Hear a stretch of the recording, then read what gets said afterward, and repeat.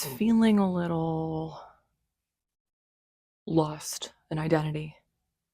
I got the really slick back bun, the middle part, which is always a choice. My scalp looks so white. I decided not to wash my hair this morning because it's cold and I was lazy. And now I'm regretting it.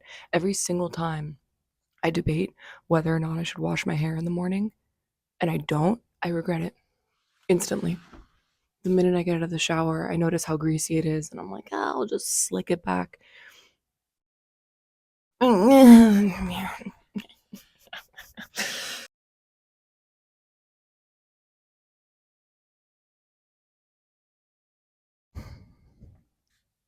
It's been day 3 since I've shaved my mustache. I'm always really self-conscious about that. There was a kid in high school that told me that he used to make out with his girlfriend and he could feel the stubble on her upper lip. It ruined everything for me. The Uber driver yesterday picked us up and he was wearing a cowboy hat and I felt like such a tourist. I hadn't seen one out in the wild yet, a cowboy hat, I mean. It was like really cool. And then we got to the restaurant and there were so many men in cowboy hats and it felt like, I don't know, felt like such a tourist yesterday. It's really cool. I like it. And the Southern hospitality is a very real thing.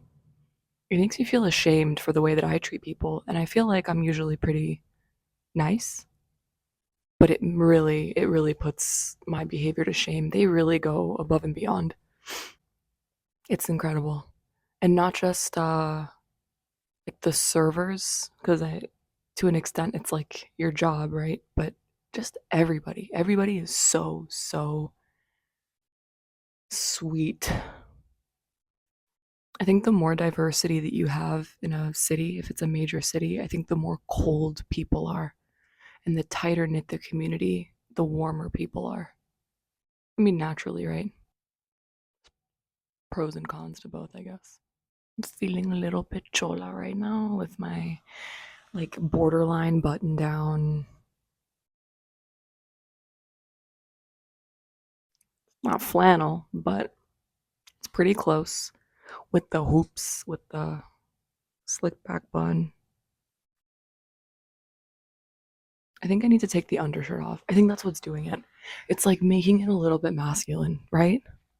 I just don't like being the most informal one in the room. I'd rather be the most formal. But at the same time, chill out, bro. There's nothing around here. Don't know what to do, where to go. Might be time to do some recherche. Anyone else out there that thinks that Sex in the City is just objectively bad? Like, don't get me wrong, I can't stop watching it. Like okay. It's not that I can't stop watching it. It's that I was flipping through the cable on this TV the past couple of days and Sex in the City's been playing in the morning and I keep flipping the channels until I get to Sex in the City and then it kind of sucks me in and I'm in. I'm invested, but horrible writing. And I understand that it was revolutionary for the time, the concept of like women being independent and having as much, you know, protected consensual sex as possible. But the narration, Carrie's narration for everything is like a little bit dumb. I feel like a remake of that show. No, forget it. We don't need a remake of Sex in the City. I take it back. I take it back. I take it back. No one needs a remake of Sex in the City. In fact, they're dragging it on for so long with that other thing. What's the other thing that they're doing? And just and all that. I forget what it is, but there's like a new Sex in the City.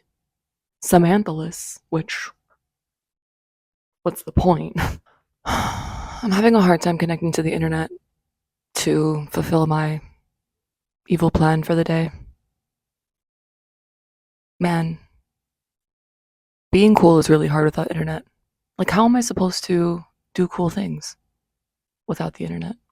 Well, we're doing it right now.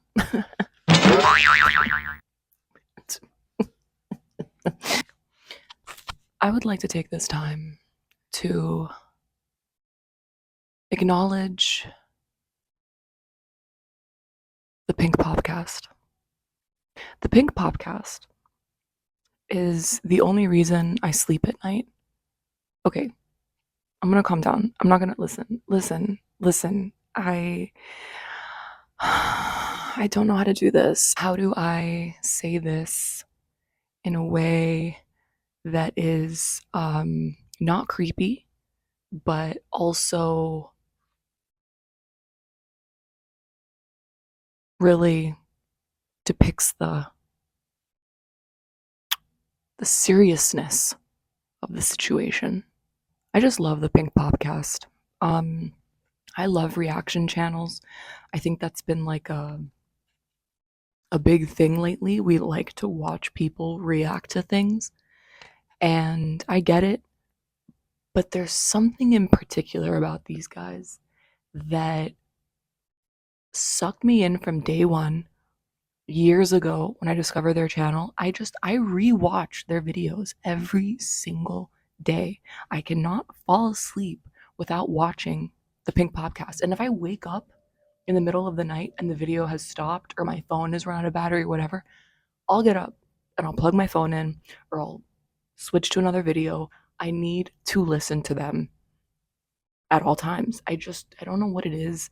It feels like you're hanging out with friends and they love movies as much as I do. And I fucking love them. They're the best.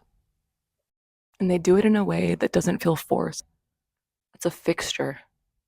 I'm cooking, Pink Popcast is on the TV. I'm sleeping, Pink Popcast is controlling my dreams.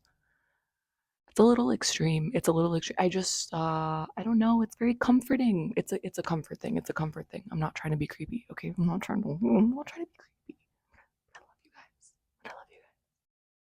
We just vibe. We just vibe. I think what I'm trying to say is we just vibe. The movies that I watched when I was little, they have kind of made resurface and you're giving like adult commentary on things. It's like I'm reliving my childhood with them. It's really how I feel. It's a big thing. It's a big deal. No, like they're a big deal for me. I don't think I can express that enough. Anyway, and I don't know. I may be your biggest fan. Pay the $10 here on Patreon. It's a no-brainer. Please. I got rid of Netflix and I got the Pink Popcast Patreon. I'm sorry, the Pink Patreon instead. It's a no-brainer. I'm with you guys till the day I die. And then when I die, I want them to put a little mini DVD player in the casket. And I want them to just play the Pink Popcast on repeat over and over and over again. And I would just want to be lowered into the ground with Benji and Rizzo talking in the background. Anyway, keep up the good work.